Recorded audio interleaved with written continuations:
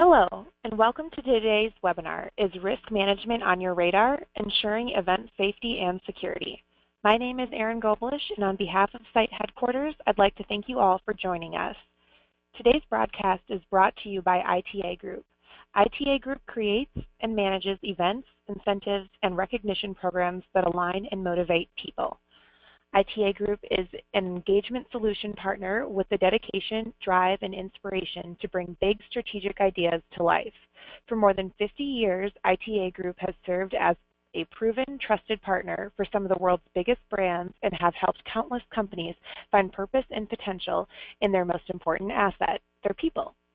Our speakers today are Jill Annenson, Richard Gladson, Sarah Haynes, and Dr. Jonathan Spiro. Jill Annenson has over 20 years of experience in event management, incentive travel, and sales strategy, and serves as the Event Solutions Manager at ITA. Richard Gladson is the Head of Recognition and Business Development Programs at Lincoln Financial Group. He oversees and operates recognition and business development programs company-wide. Sarah Haynes is the VP of Event Management at ITA Group. She is responsible for all elements of group event management, including event purchasing and industry relations, registration, event operations, travel direction, and air purchasing and operations. And finally, Dr. Jonathan Spiro is the CEO of In-House Physicians and is a thought leader in the area of cost containment solutions for self-insured employers. Dr. Spiro has served on the HERO think tank and is an expert speaker educating employers on wellness strategies that can produce a measurable return on investment. Before we begin, I would like to remind the audience to please feel free to submit any questions that you have throughout the event via the question chat box in your webinar toolbar. Our speakers will leave some time at the very end of the presentation to address any questions you may have. I would like to turn now the call over to today's presenter. Go ahead, Jill. Thank you, Erin. Again, this is Jill Annenson, and I will be moderating today's conversation.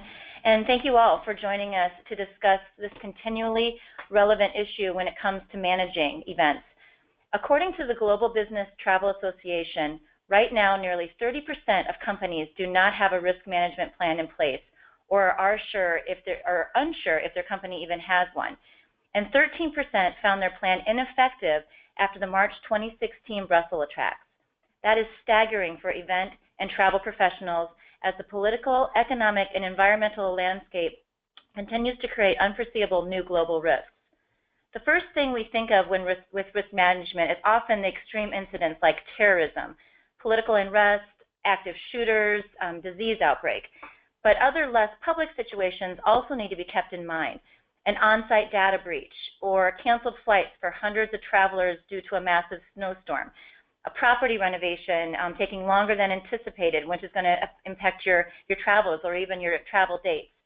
Or even some more individual incidents like a participant has a severe allergic reaction or a broken leg on fall while skiing on one of the activities. So travel management involves dealing with these many different risks that can endanger your company, your travelers, and even potentially hurt your reputation. So it's very important to plan and ensure safety and security to the best of your ability. In the next 30 or 40 minutes, we're going to go through these different risks and discuss best practices, the services that are available, and also walk through some real-life scenarios. So Sarah, let's start with you in regards to, let's look real high level. And what are some of the best practices when it comes to overall risk mitigation? Sure. Good morning.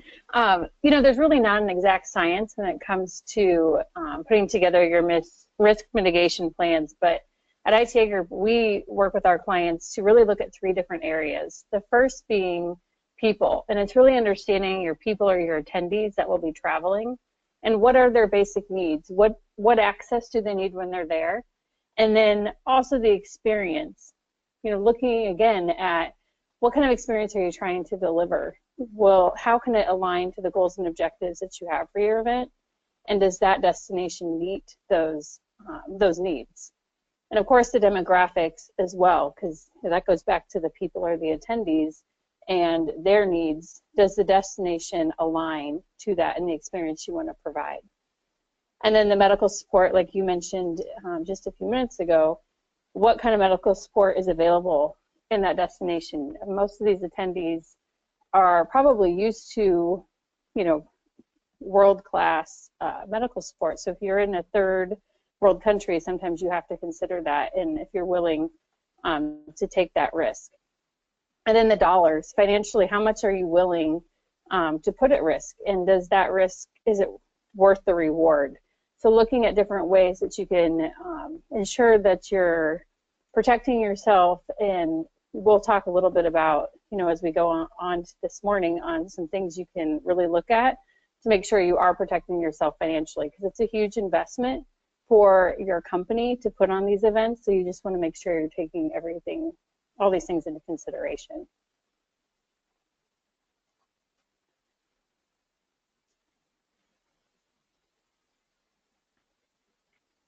So when it comes to, is there some special, so we're talking about a destination, we're looking at medical, so the destination, medical support, even kind of looking in a little bit bigger with data and how that can affect, because that sometimes is something that's forgotten, and then also, like you talked about, the dollars. So let's kind of specifically go into each one of these. And when it comes into the destination, can you get a little more specifically when the team is determining, and when you're working with that client, what that destination should be or what you're going to recommend? What are the first things you look for when assessing risk? Sure, at a high level, it's really, as this slide shows, first you want to take those three areas into consideration: the people, the experience, and the dollars.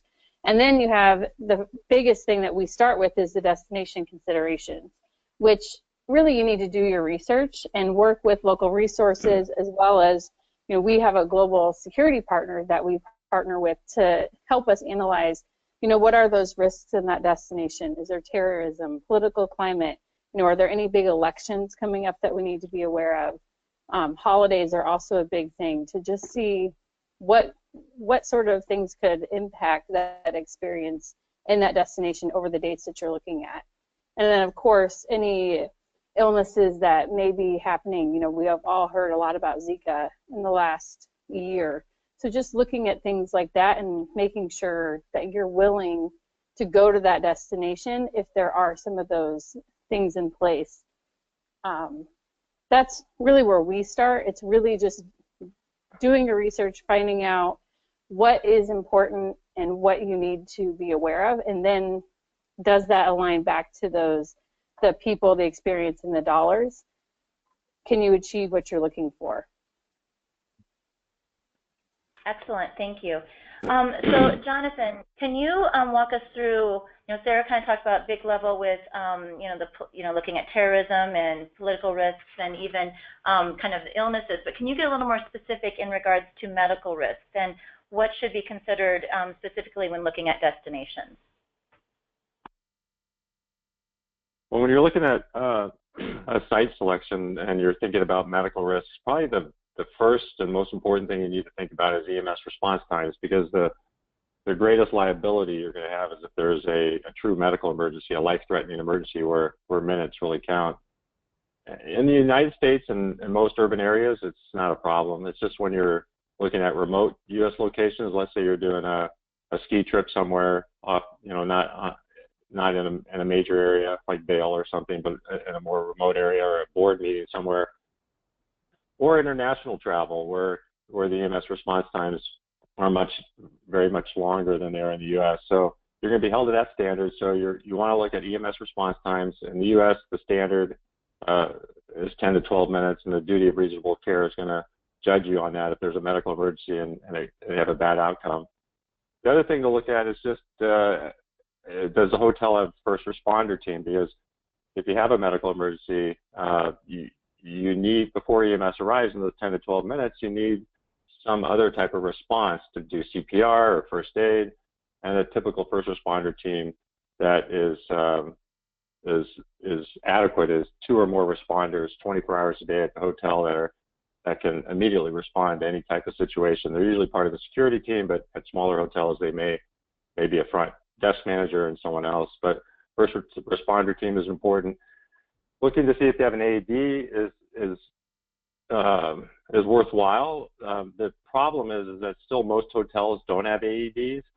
A few years ago, the Starwood properties had AEDs on all their properties, and then they reversed it and took them away because they thought it was greater liability to have them than not to have them. So if you're only going to pick properties that have AEDs, you're going to have a small selection, but it's a nice to have because an AED is an automatic external defibrillator, and the number one cause of death at meetings and events is cardiac arrest. For international programs, in addition to delayed EMS response times, you're going to have other hazards and risks.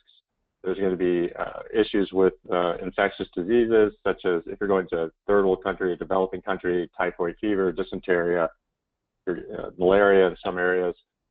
And then there's just issues with water and food sanitation. So that's something you have to look at too, because that can create a nightmare for a meeting planner if you have some foodborne illness and you get 50% of the attendees that become ill with dysentery.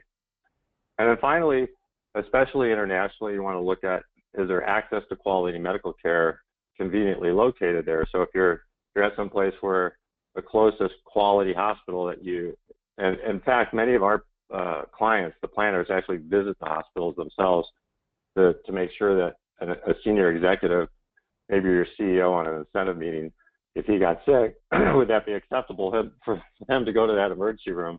And that's an important consideration too, because quite often, as you'll see with the statistics on future slides, there's a lot of people that got sick. About 1 out of 4 people get ill or injured on an international program. So you're going to have people probably going to the local medical facility or hospital, and you want to make sure it's adequate.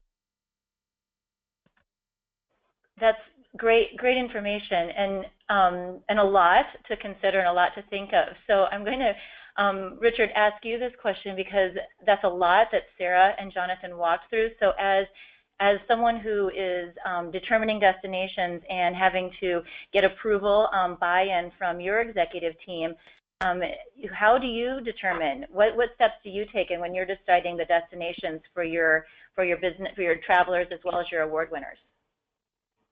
Well, I mean, I think you start with, at your core, you want sort of the risk management element to be part of the process that you build into the program. In other words, when we first started looking at working with in-house physicians, with security firms, it was more of a luxury that we were sort of trying to provide that kind of support for our qualifiers. I think as we continue to build that process, we recognize that it's critical to the execution of the program, period. So we look at it from a standpoint of it has to be rolled into what our expenses are to operate, especially at a recognition program. And I think Sarah and Jonathan covered a lot of the things that we sort of lay out as we look to build and design a program. We start with, look, I don't know that there's any place on the planet you can say now it's safe from any of these hazards. I think really it becomes more a matter of looking at the social political climate, time of year. I think Sarah alluded to holidays. Labor Day in the U.S. means something very different in Spain. So looking at what that really means, what kind of impact and disruption that might bring to the program itself, I think is critical to us. And then looking at it from a standpoint of process. So when from a buyer's position on into the program management side of things, if we maintain what our process is around security and around medical support, it becomes something that's sort of second nature to us, that it's built into the way we operate. And we've had to utilize, on a pre-side of programs as well, we've had things where we're sort of mitigating information, what may be posted on websites, or what was going around Zika. I think there's a lot of uncertainty, and that's where having experts like IHP help us sort of build out our communication response. I think was very helpful to us in terms of making decisions at an executive level as to which direction we should go. And you have to make tough decisions sometimes because, from a hotel's perspective, look, if it's hard, it's not something you can exercise force majeure in terms of, we think that it's risky to go down to the Caribbean right now because of Zika. That puts us in a situation where it becomes more of a way of looking at how we build our contracts, because you're not really going to find that out with a force majeure kind of situation from a hotel. and for good reason, because it really is not something that they're necessarily facing at that moment. So it really becomes a company decision, a business decision.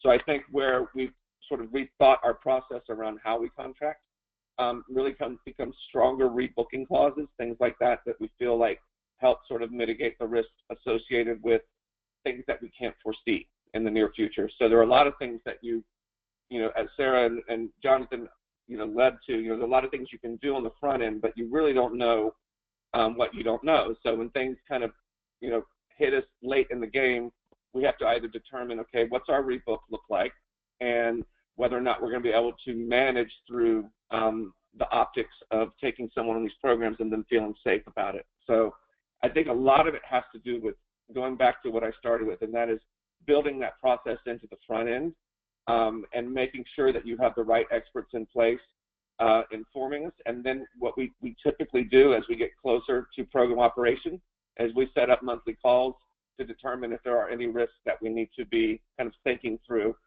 coming into the locations. Again, things that you can't foresee, labor strikes, those kind of things can be very disruptive. And then having a process in place for how we operate even in the right conditions. So lowering our profile, not necessarily utilizing our brand in public places like airports and things like that, keeping our profile as low as possible, you know, as we go in and out of major cities or airports is, I think, also critical in terms of safety. So those are things that, you know, we can kind of think through, but again, you're sort of planning for the worst. And I think if you kind of approach it in that respect, then, you know, it puts at least the executives at ease that we have something in place and that we are thinking through as much as we possibly can. And we have a solid process that's built around it that the team is all aligned with, and that becomes our strategy. So I think that's a critical piece of it. That's excellent information. I think what's good, you said had a lot of great points in there, but where I think is really important too is we talk a lot about all this pre-work and how you're determining, but then it's the continual monitoring of that destination and getting all those ducks in order to make sure if anything does change that you have a plan in place to be able to address that or be able to change on a dime, but then also making sure that your executives and your people know that you've got this plan in place and that they're taken care of. So Sarah, I'm going to transition this to you because, you know, again, to like what's that plan? And unfortunately, you know, last month there was a shooting in Vegas, and ITA Group had team members on site very close to where the shooting took place. And ITA Group has an on-site plan that I know was utilized when this happened. Can you kind of walk through what on-site plans you guys have for each program and even to walk through how it was utilized for this incident? Sure, and I think the important thing to note is you need to have a plan for every program that you operate. As Richard mentioned, I mean, every destination now, it's, you know, I think we used to consider, oh, if you're in the United States, it's, you know, maybe safer, or if you're in this place, it may, I mean, there are, of course, destinations that are known to be a little safer than others, but it's also important to know that things can happen anywhere. So you do need to have a plan regardless of where your event is taking place. And we do that. I mean, we have a risk mitigation plan for every event that we do, and it's communicated to all of our team members on site, and that includes, you know, a meeting location. When that incident happened in Las Vegas, it was, at the time, they thought it was an active shooter. And so, which is something that it's hard almost to plan for that, but just knowing how having a meeting place where everyone can go is important. And that's important to communicate not just to your team members on site, but also to your attendees. We do communicate that in the pre-program communications and in the communications that they receive on site, just in case if there is an emergency where they know they can go. Another thing is to just have contact information for all of those people. We have an emergency contact list that is with us pretty much at all times, and our team members are assigned certain attendees that they're sort of responsible for, and responsible for texting or calling those attendees if there is a situation to make sure that they're safe. And in this situation, it was on a pre-day, and so majority of our attendees, thank goodness, were not in Las Vegas yet, but we did have a fair number of attendees pre-extending. So the team did make sure we contacted each of those participants, make sure they were safe, let them know kind of what our team was doing, and then just stayed in constant communication with them. And I think that's extremely important. The other thing you want to do, it's not just the meeting location. Jonathan mentioned too, it's evacuation strategies as well. How are you going to get people out of a destination should something occur? So it's more than, and that's just not, it's not just your hotel. It can be you're at a venue. You just need to know what are all of those strategies in case something would occur. So every place that your attendees are going, you need to put yourself in their shoes if something would happen, and how are you going to mitigate the risk for them. And of course, like I said, that communication plan, making sure everybody knows how to communicate with each other, and that, when you're in those remote locations, it's great to, if you're doing a site inspection, make sure you're testing the availability, of cellular service. We do have satellite phones that we take on programs where it may be spotty service, and especially in international locations, we always have a satellite phone or two with us to ensure that we are able to communicate. And the next thing is when you're traveling outside of the United States, it's important, we always recommend to people to register with the STEP program. And it's very easy to do. It just lets the U.S. Embassy know when you're in a country and helps, they'll then communicate with you should something occur. And then your family can also communicate with them should something occur. It's just another step to take and another proactive measure to put in place. Great, thank you. And just for those who may not know what STEP is, it's the Smart Travel Enrollment Program, and that's through the U.S. Department of State, correct? And so if they look at that, in that website, can get more information on that. Great, thank you. Yes. So Richard, I'm going to come back to you on this one. Can you kind of give an example of where you've had to implement, either you implemented one of your plans, all this that Sarah's talking about, either pre-programmed, they had to address something, or even on site? Is there something you can kind of walk us through? Yeah, unfortunately, we've had to do it a few times already. So, I think from a medical standpoint, things that we don't consider, in advance, for instance, traveling and doing safaris in Africa is one of the things that, we really started to see the impact of having IHP, because they sort of vet and plan out locations where the blood supply is not tainted, things like that you don't kind of think through from a standpoint of creating experiences. That's, sort of really behind the scenes type stuff. But so vetting out the medical facilities is one case where that was something people didn't know was being done, but it was, I think, critical to us feeling that we had things covered while we were there, because once you are in the safari and out into the bush, there's not much you can do in the way of getting to medical facilities. So they built small triages, things like that, so that they could do, be able to take care of somebody in kind of probably in a minor way, but still be able to address something if it became an issue. We've had a situation, where there was an earthquake while we were in Costa Rica that potentially created tsunami issues, and so then we wake up one morning and the tide is completely recessed all the way out. It's a very kind of daunting sort of experience. So within that, immediately we went to our game plan, which was for the core team people to meet, get with the hotel general manager, and go ahead and formulate an evacuation plan that was quickly communicated with our guests. So transportation company brought in motor coaches for us. We stocked them with water, and formulated a plan as to where we would head from there in the event that we thought that there was a higher risk for tsunami. And fortunately, we didn't have to exercise that one, but we were prepared. So I think a lot of it has to do with the way you coordinate with your hotel on the front end as well. It's a big part of our pre-con, is to talk through what our security measures are, who the point people are. As Sarah said, always have backup communication devices. You can be pretty crippled by Wi-Fi or telecommunications going down.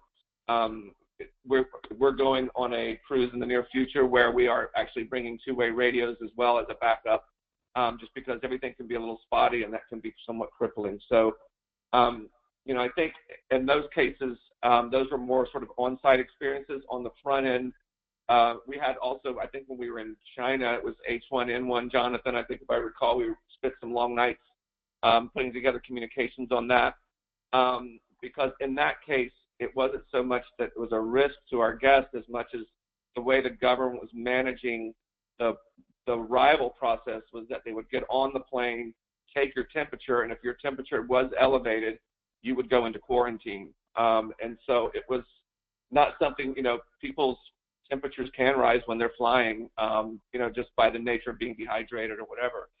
So there were some things that IHP helped us kind of communicate through and get to people in advance of them arriving into Beijing, and which I think, you know, took away a big element of, you know, what would have been a major issue for us, because I think we had one travel director go into quarantine and it took us many days to get her out.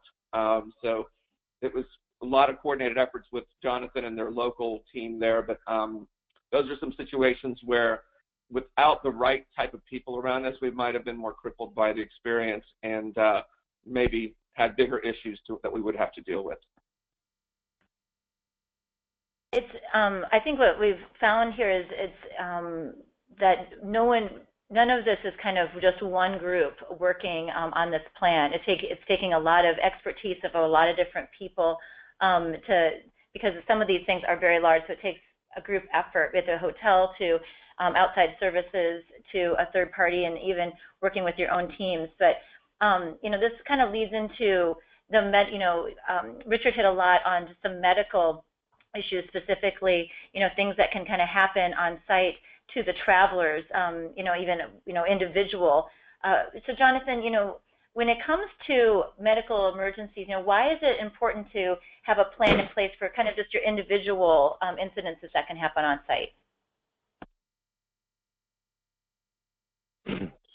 Well, I mean, I talk to a lot of planners every week, and many planners have been fortunate enough where they haven't had a serious medical emergency occur at their meeting. But when it does, it can have pretty serious consequences, not only personal consequences for the attendee that had the emergency, but risk management consequences for the company, and maybe even consequences for the individual planner who's involved, because many people don't realize this, but if somebody stops breathing, let's say you have a young woman who just has a shellfish allergy and developed, you know, there was some residue in the salad of some shellfish, and their throat closes off immediately, and she's not breathing. So there you are. You're a meeting planner. You're right in front of her. So is your senior management team there, potentially, and they're watching this woman basically, I'm not going to get too graphic, but she's suffocating to death. And every minute that goes by, there's a 10% decrease in survival. So at 10 minutes, you're at zero survival. So minutes really count, and you don't know when a serious medical emergency is going to occur. The same can be said for cardiac arrest, which is the #1 killer in America and the #1 cause of death at meetings. And so when you're looking at levels of risk, that's obviously the highest level, but you don't want to be caught flat-footed. If you have to wait 10 minutes or 12 minutes for EMS response time in an urban area, that's a long 10 to 12 minutes. And if there's no adequate first responder team on site, that's going to even be a longer 10 to 12 minutes. So it's important to, as Richard said, plan for the worst and hope it never happens. And then you have other things that are just your run-of-the-mill medical issues that are occurring. Internationally, it's about 25% of the group. Many of them are maybe the walked and wounded, don't have any serious medical emergencies, but do need medical attention. You want to address that, especially if you're not someplace that has access to local medical care. And like I said, there's different levels of emergency. The basic, you know, maybe someone just comes in and has some type of a sore throat or headache, and you just want to refer them to local medical care that you've vetted to say that this is quality medical care. You can go to this urgent care, or you can go to this emergency room. And then the next level of risk is if somebody has like a broken leg, or let's say they have some shortness of breath. How are you going to manage that? What's the risk management approach to that? Someone with shortness of breath, do you want to put them in a private car to the emergency room, or should they go in an ambulance? And those are types of things that if you plan in advance, you're mitigating your risk. And then, of course, the major ones like life-threatening situations. So, Jonathan, could you kind of explain, when we talk about your, how you helped Richard, can you give an example, like kind of what, if you were to be on site, like your company or yourself is hired by a company to actually be on site and help with some of these risks. We were also going to talk about is, not everybody can always have someone on site like yourself, but, what would be things that, first of all, what do you kind of do on site? But then also, if a planner doesn't have the fortunate ability to have you on site, what do they need to do to make sure that they're prepared for things like you're discussing? Yeah, sure. Let's do that first, because 99% of the meetings you're not going to have on-site medical at. So the types of things that you need to do is during your pre-con, have a meeting with hotel security or convention security, wherever you're having the meeting. Sit down and talk about what their policies and protocols are for handling emergencies, both medical and non-medical, and make sure you're on the same page. A very common misconception is that if you're in the U.S. and there's a medical emergency, just pick up your phone and dial 911.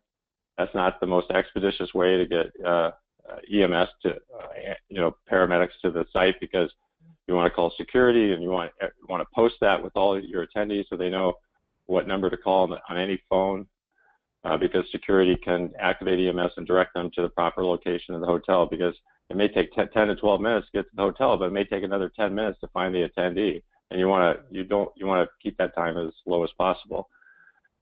You're going to want to find out what the EMS response times are at the local location. You can do that typically through the security department. They'll tell you, but you can also take the next step and find the closest fire station, because those are the folks that come first. And so you want to see how far that fire station is away from the location. When you're internationally, it's a little tougher to figure it out, but it's kind of beyond the scope of this discussion. But there's ways that you can discover what is the typical EMS response times. There's some resources out there that I could send out after this meeting. You also want to look at, have somebody who's can review the CDC website and see what types of specific health risks are in that location. The CDC is a great up-to-date resource. The World Health Organization, WHO, is another resource. The U.S. State Department also puts out alerts worldwide on different areas where there's medical issues, outbreaks of certain diseases, and so forth. Great. That helps a lot, because as your company, you can be on site and do a lot of this, but as you said, 99% of the time, planners are going to have to make sure their ducks in a row specifically to this, to address the smaller things, just day-to-day issues that come up, but also to make sure they're prepared on something that's very life-threatening to the participants, because unfortunately those things happen, whether we try to hopefully avoid them or not. So Sarah, I'm going to completely switch gears here a little bit and move into that third area you talked about prior, which was data protection. And I think this is one where, when you think of risk, that a lot of meeting planners maybe don't think about specifically when they think about data protection for their programs. But when it comes to that, what should we be aware of when it comes to protecting attendee data? Sure, and you're right. I think a lot of people really concentrate on the other areas first, and then, because technology a lot of times is just kind of the enabler, but it can also be a flashy thing, because more and more we're incorporating, technology into our programs through mobile apps. It can be the registration tools that you're using on site. A lot of times there's even things that are capturing attendee data on site. If you have sponsorships that may, be collecting it through register here, and then you can upload a photo to social media. There's so many different data points that I don't think people always take into consideration. And as this slide shows, the average data breach can cost $4 million, which is a huge risk that you're taking. So it's just making sure that you're thinking about everything. You know, that network security at the hotel that you're using, are you bringing in a network for your group specifically so that you understand the security that's in place? Or are you using your hotels? It goes back a lot to asking the right questions and doing your research when you're looking at technology suppliers that you want to partner with, to make sure that they're taking all of these things into consideration. Because safeguarding that personal information should be a top priority, because they're giving out a lot of, you know, their name, sometimes their passport number, sometimes in registration processes, date of birth, their address. All of that stuff can be a huge risk for a company. So you just want to make sure your partners have the right security measures in place. But because you want to use those technology partners because you need them anymore to create that experience at your event. So it's just making sure you're asking the right questions and taking a smart approach to how you implement them. Thank you. And I think that this kind of brings up the point of, and just a reminder of everything we've kind of talked about today, is that when, and we all know that, everyone on this call, that any of the events that are executed is relying upon many different suppliers, many different entities to help pull it together and make sure that it's successful. And so all of them are who we need to work with to make sure to minimize that risk and make sure that they're up to the standards. So Richard, I'm going to throw this one to you. I know with Lincoln, and I know there's policies and procedures you have, but when it comes to the partners that you work with, and when you're deciding who you're going to work with, what do you do to minimize risk so that you feel comfortable when it comes to those contracts? You touched on it a little bit earlier in the webinar, but can you get a little more specific about what you do to minimize your risk when it comes to the partners you work with? Yeah, I mean, I think that part of it, we go through several sort of steps that get us there. I think when we look at ground transportation, local partners, DMCs, we sort of moved away from the preferred model, because I think that companies go through change just like everyone else, and you never sort of know where someone is in terms of leadership and a change in terms of management, et cetera. So we've gone to kind of a grading system that keeps it pretty level. So typically you'll start with who are your preferred vendors there, and then go with one or two that you get in the way of referrals or recommendations to the industry, and then go through a grading system in terms of their financials, the way they approach programs themselves, the way they approach safety, those kinds of things. So that is part of it. I think outside of that, when we talk about the partners we have with IHP, we work with another company called Bellum, who we have on on an annual rider. So basically, we get sort of advice throughout the year and a kind of a look at how things are looking globally, and not always specific to one program. And then we then address things program by program, destination by destination. So there really, the vetting, a lot of what happens on the vetting side does happen with ITA Group.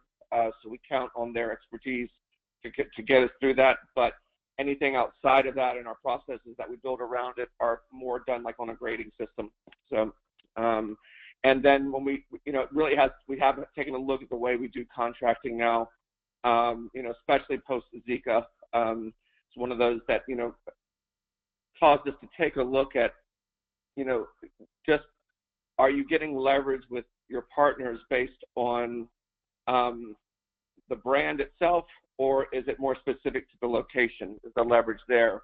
And what we found in some cases is that, you don't necessarily get the leverage across brands because of different ownership and things like that. So it's managed through different processes. And so what we are learning more is that you're probably better served to look at leveraging a location more so than a brand.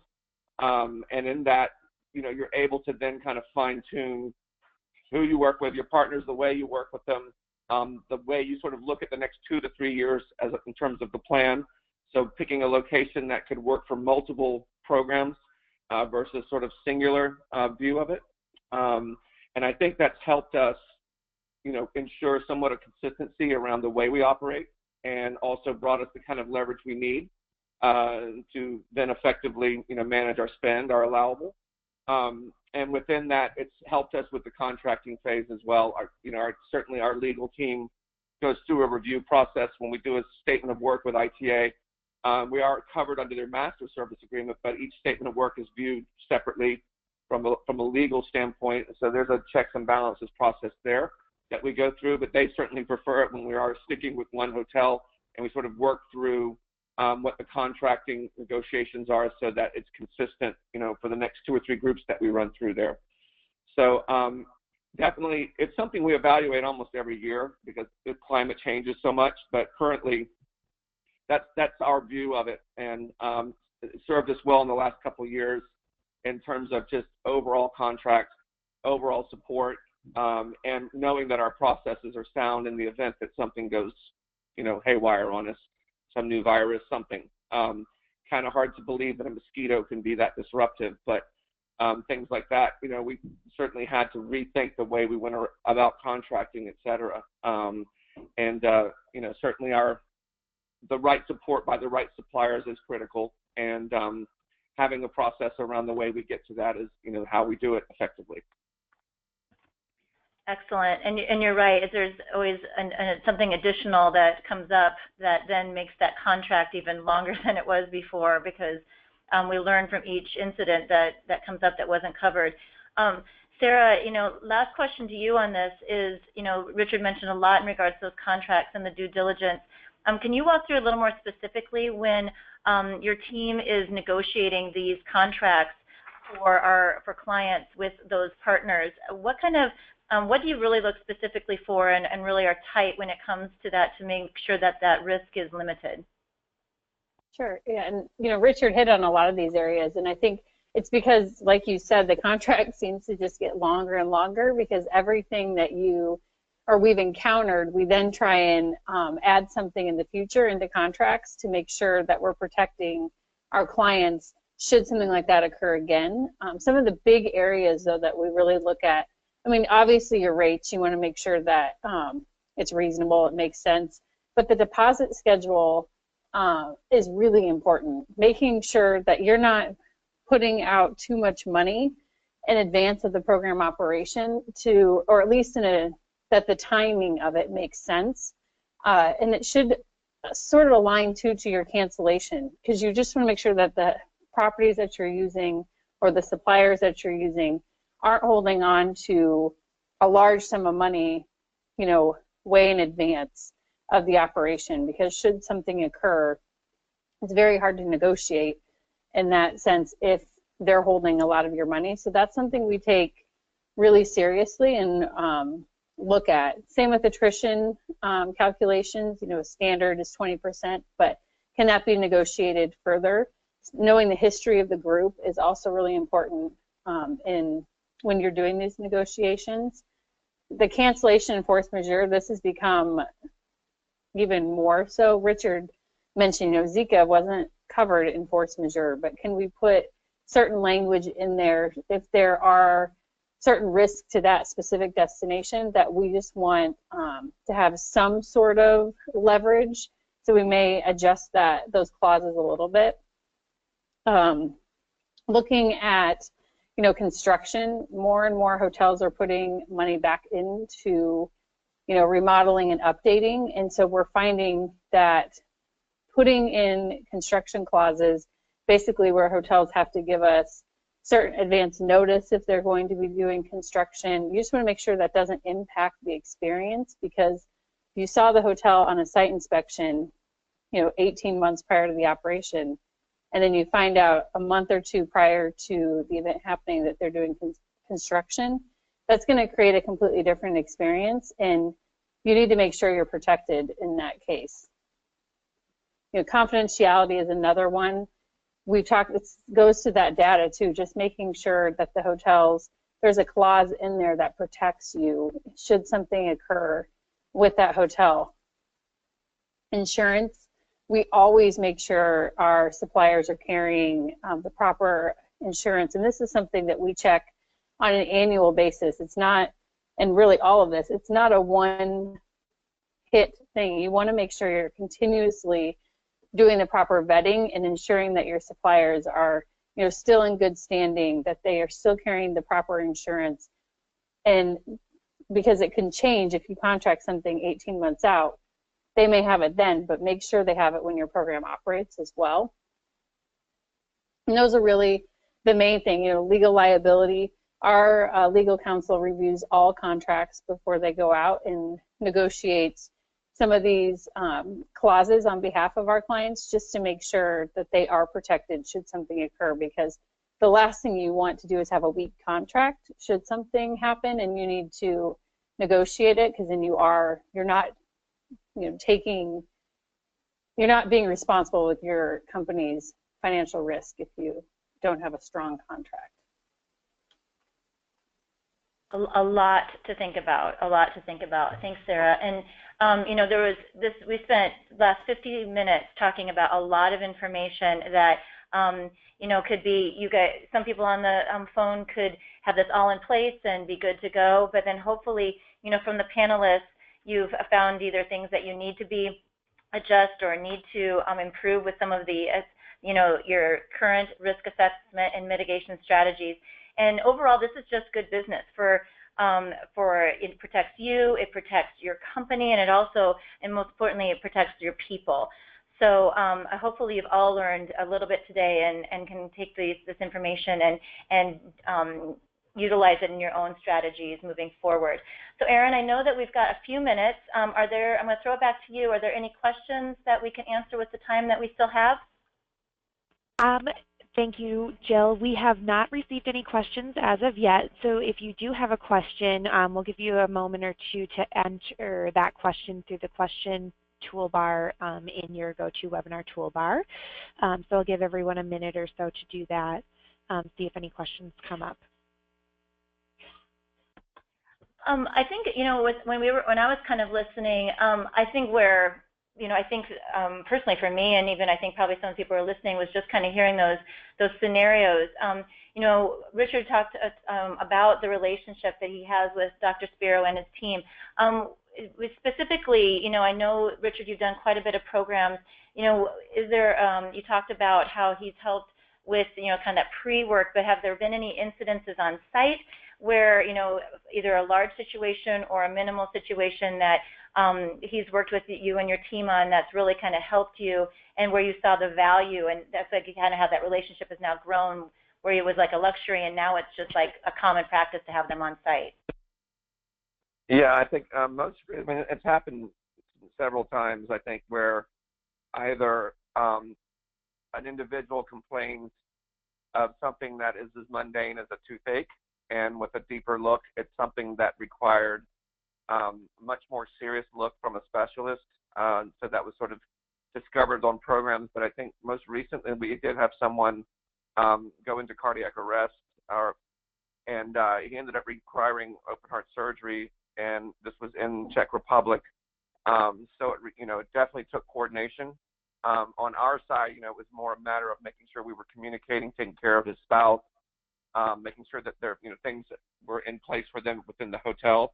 And then from IHP standpoint, they managed through everything with the specialist and made sure that he was well taken care of. And in the end, you know, everything was successful. So I think that, you know, it is something more so now we see, you know, you have this sort of legacy group of people that have been qualifying for your trips, you know, for the last 20, 25 years. You know, their condition changes, their health changes. So I think over time, you know, we've really seen everything from them stitching up little kids that, you know, have an accident or something while they're on an activity or do something, you know, fall down or something, to much more serious matters. But it's proven to be such, you know, again, it moved from being like a luxury we provided to our guests and more in the way of something that now we look as a strategic, you know, kind of framework for how we do things. And our guests certainly appreciate the service now because they've become accustomed to the fact that, you know, there's someone available to them if something should go terribly wrong with them, or even if it's minor. They forgot their medication, things like that that can happen. So, but certainly, you know, on-site as important to us as it's been in the pre-planning and communication elements, things like that. So we have a lot of confidence in what those doctors bring to us.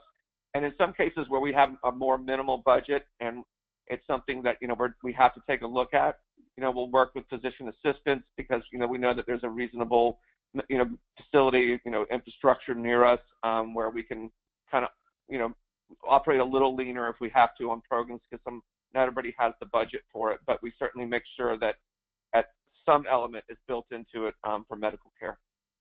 And on the other side of that, the security is critical to us, and they do things, I feel like, that, again, we don't necessarily see, but they kind of test the hotel to make sure that their security is remaining, you know, on target with how, you know, they're supposed to be looking over the building itself, and kind of clever little things like leaving a coffee cup in a stairwell and going back the next day to see if it's still there, because they're supposed to be, you know, constantly monitoring stairwells, exits, things like that. And you know, I've seen instances where, you know, our security guy has, you know, mentioned that to the GM that coffee cup's been there for 3 days.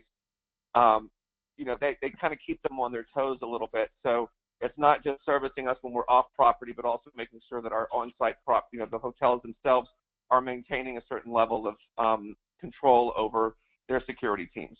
So I think it has a positive effect overall. And generally speaking, you know, when you arrive and you've got those kinds of support members around you, people take notice that you are a company that, one, not only has good strategy, but, you know, takes what you do very seriously. And it does elevate people's game a little bit when they know that you know what you're doing. So, you know, I think that's kind of, as a whole, it's really elevated the sort of presence that we have on programs, and certainly, you know, been a benefit to our guests. That's a great way to, thank you, Richard, that's a great closer, because if anything, it's a peace of mind to you, it's a peace of mind to your attendees, but overall it's elevating just everything that's going around, and it's elevating your program in general. So I think that's a great way to end the webinar. Erin, I'm assuming if there's any more questions, I think we've pretty much come to the end of the webinar. Yeah, I actually just had one that came in from Priscilla, so I'll just ask that quickly. She asks, in all of these factors, what are the responsibilities of the client, the incentive company, the hotel, the DMC? Who's in charge of what? In what case? In the case of a major disaster, shouldn't the government or the embassy be the one with the major plan and responsibility? Sarah, do you want to kind of give a 5-second answer to that big question? Absolutely, and I think it's a combination of a lot of things. Jill alluded to that, Richard's alluded to that. It's important to have your incident response kind of team in place when you're planning an event. So that includes, you know, your third-party planner, the client, you need a point person from your DMC, your hotel, and it is important, yeah, you do want to make sure if there's a large incident, you're going to take a lot of your direction from, you know, the hotel, because that's why it's important to understand their emergency plans. And it's just what our responsibility is to make sure we communicate that to the attendees, and that we're all on the same page should something occur. But yes, you're going to use your local resources a lot when something, especially if it's an act of terrorism or a natural disaster, you're going to for sure look to those local sources to take your direction from, but it's important to have that communication plan in place, and you know who your point people are in all those areas. That's the main thing that you want to do prior to traveling. We have 1 minute for another question. I have a question from Wichita. She asks, we have a risk management plan, yet sometimes things happen.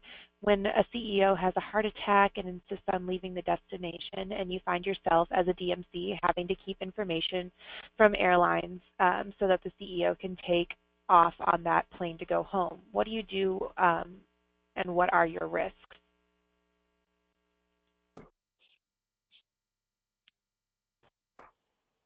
Jonathan, does that go to you or Sarah? Do you know where to guide Rachita on that one? Well, I mean, it's a policy decision that your company has to make as to what's more important: risk management and the welfare of the attendee, or jeopardizing the account. Let's put it that way. I mean, and under this particular situation, I think it's also an ethical consideration. I mean, are you going to support, no matter who the person is, they're still a human being at the end of the day. And if they just had a heart attack and you're going to support putting them on a commercial airplane that has, when they're flying at 32,000 feet, as they're at an altitude of about 5,000 feet from an oxygen point of view, then you're putting someone at risk. And so there's ethical and risk management issues there. I can't answer that question for any particular person or company. They have to make that decision themselves. But what you'd like to do is try to walk away saying you did your best to educate that human being on the risks associated with it, and that you did whatever you can to protect yourself and your company from any liability. I think that answers Rachita's question. Well, I'd like to thank everybody, our panelists, and everyone who attended. We were able to fill a full hour of some great content. So appreciate you all attending, and hopefully we were able to benefit from the information that was provided. So thank you, and we wish you a good rest of your day. Great, thanks, Jill. Just a note from us, I would like to thank ITA Group for sponsoring this webinar and making this content available to attendees. A copy of the recording will be made available at the conclusion of this presentation. So thank you all, and I hope that you have a great rest of your day.